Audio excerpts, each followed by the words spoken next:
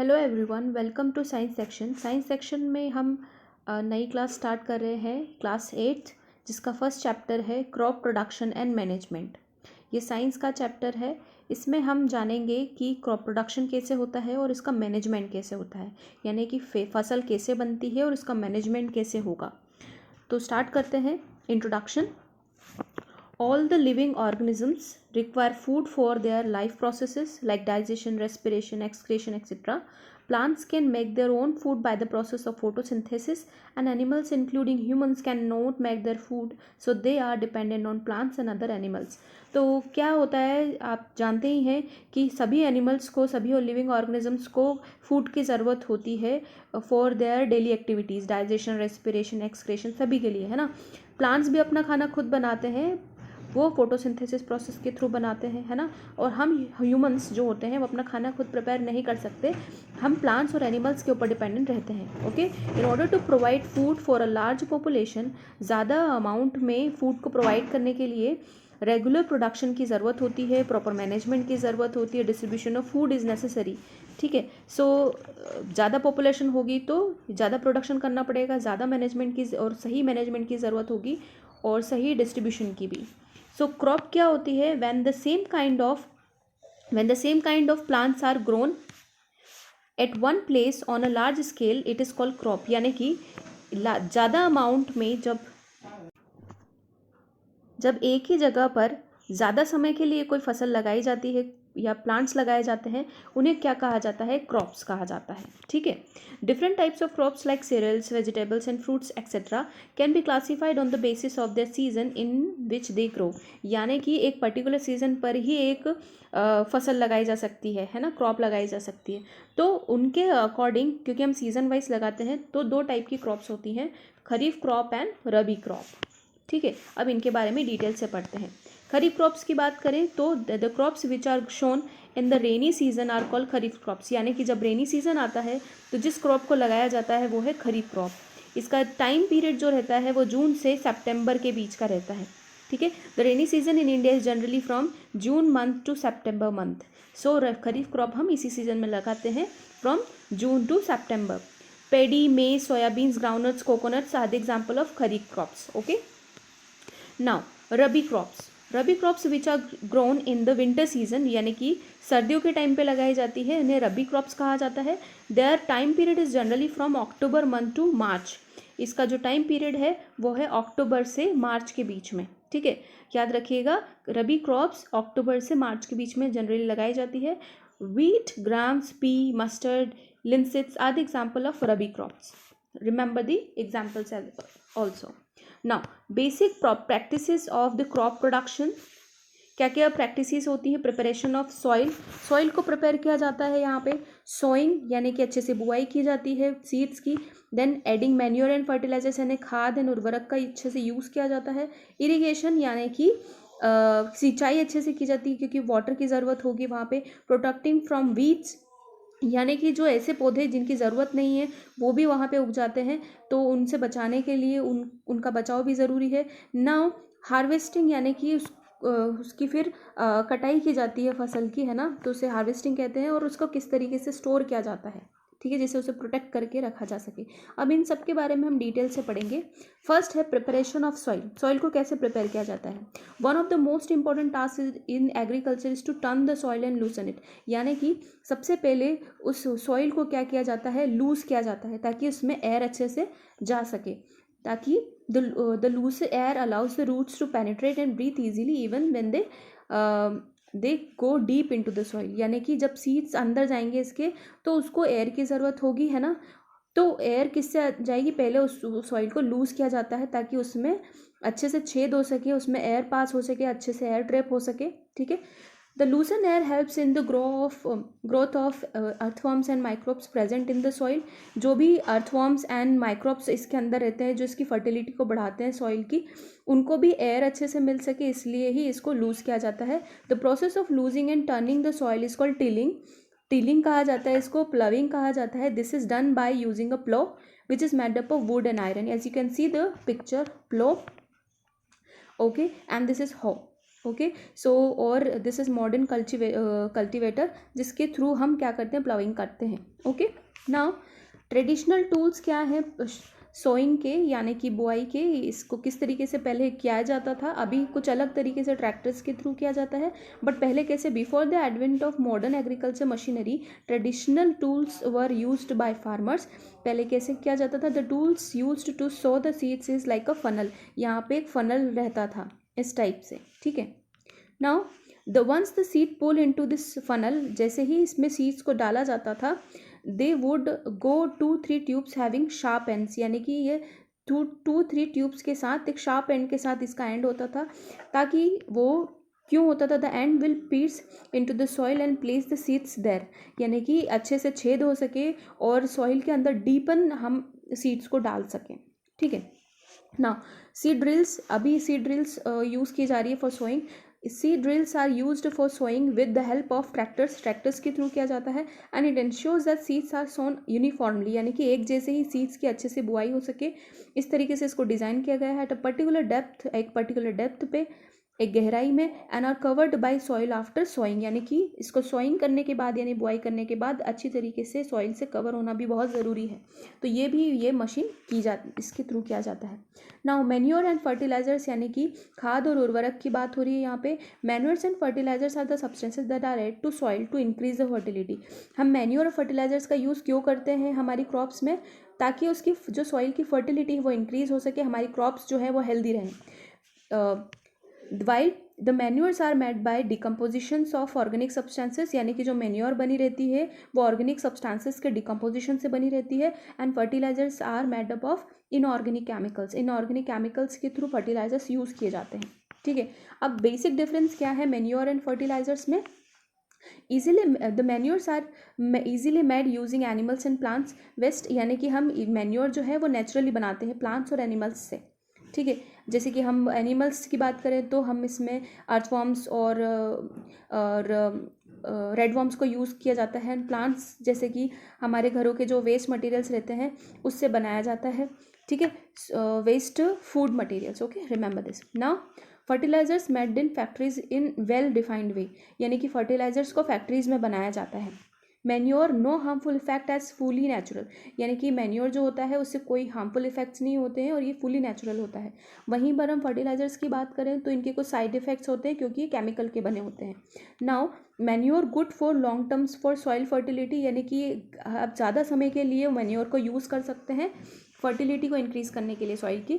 Not good for long term soil fertility is use in excessive amount, अगर आप इसको ज़्यादा अमाउंट में यूज़ करते हो फर्टिलाइजर्स को तो सॉइल की फर्टिलिटी का खत्म होने का खतरा रहता है।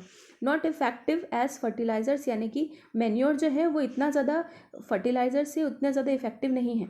Very effective in obtaining fast result, आपको ज़्यादा अच्छे से रिजल्ट चाहिए तो आप फर्टिलाइजर्स का यूज़ कर सकते हो, जितना जल्दी आपको अपनी क्रॉप को अच्छे से इफेक्ट्स मतलब उसमें देखने हैं। तो now manure it is very cheap, यानी कि मैन्योर बहुत सस्ती मिलती है और ये कॉस्टली होती है, ठीक है। नाउ इरिगेशन की बात करते हैं। सो इरिगेशन यानी कि सिंचाई, आप वाटर की सबको ज़रूरत होती है, प्लांट्स को भी ज़रूरत होती है for the proper growth and है।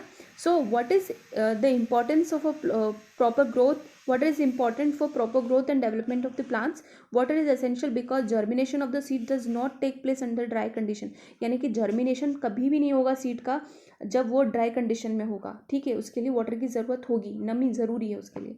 Nutrients dissolve in water get transported to each part of the plant, आप सभी जानते हैं कि प्लांट्स को वाटर की ज़रूरत क्यों होगी, क्योंकि सॉइल जो है सॉइल में ही आप वाटर को सप्लाई करते हो, वहीं से वो डिजॉल्व होके प्लांट्स के पास जाता है सारे पार्ट्स पे, तो इसीलिए हमें वाटर का सप्लाई करना ज़्यादा ज़रूरी है। सोर्सेज ऑफ इरिगेशन क्या क्या सोर्सेज हैं, well, tubewells, ponds, lakes, rivers, dams, canals आदि सोर्सेज ऑफ इरिगेशन, यानी कि यहाँ ये वाटर के सोर्सेज हैं। Now traditional methods of irrigation, traditional methods क्या क्या थी, जैसे कि the water available in wells, lakes, canals is lifted by different methods in different region for taking it the field and here various traditional methods, यानी कि पहले क्या किया जाता था ट्रेडिशनल मेथड्स में हम इस तरीके के मेथड्स यूज़ करते थे, जैसे कि मॉट, यानी कि हम क्या करते थे खाई बनाते थे यहाँ पे, जहाँ पे वाटर को क्या किया जाता था भरा जाता था, इकट्ठा किया जाता था, रहत यानी कि खेतों की सिंचाई के लिए जो पुराने समय में प्रयुक्त एक यंत्र होता था, एक मशीन होती थी जिसके माध्यम से कुएं का पानी निकाला जाता था, जिसमें आप देख सकते हो कि एक एनिमल बंधा हुआ है जो कि क्या कर रहा है, वाटर को बाहर निकाल रहा है। ठीक है, वहीं चेन पंप होता था, यहाँ पे चेन के थ्रू जो ग्राउंड वाटर है उसको बाहर निकाला जाता था। और यानी कि ये ढेकली जो है उससे भी जो भी एक वुड का जो लकड़ी है उसके थ्रू यहाँ से पानी जो है वो बाहर निकाला जा रहा है। तो ये पुरानी मेथड्स थी। Modern methods of irrigation, modern methods क्या है? Sprinkling system. In this system perpendicular pipes having rotating nozzles on top, यानी कि यहाँ पे नोजल्स लगी हुई होती and are the joint to the main pipeline at the regular intervals, यानी कि यहाँ पे एक मेन इंटरवल पाइप लगा होता है जिसकी वजह से रेगुलर हमें पानी मिल सके।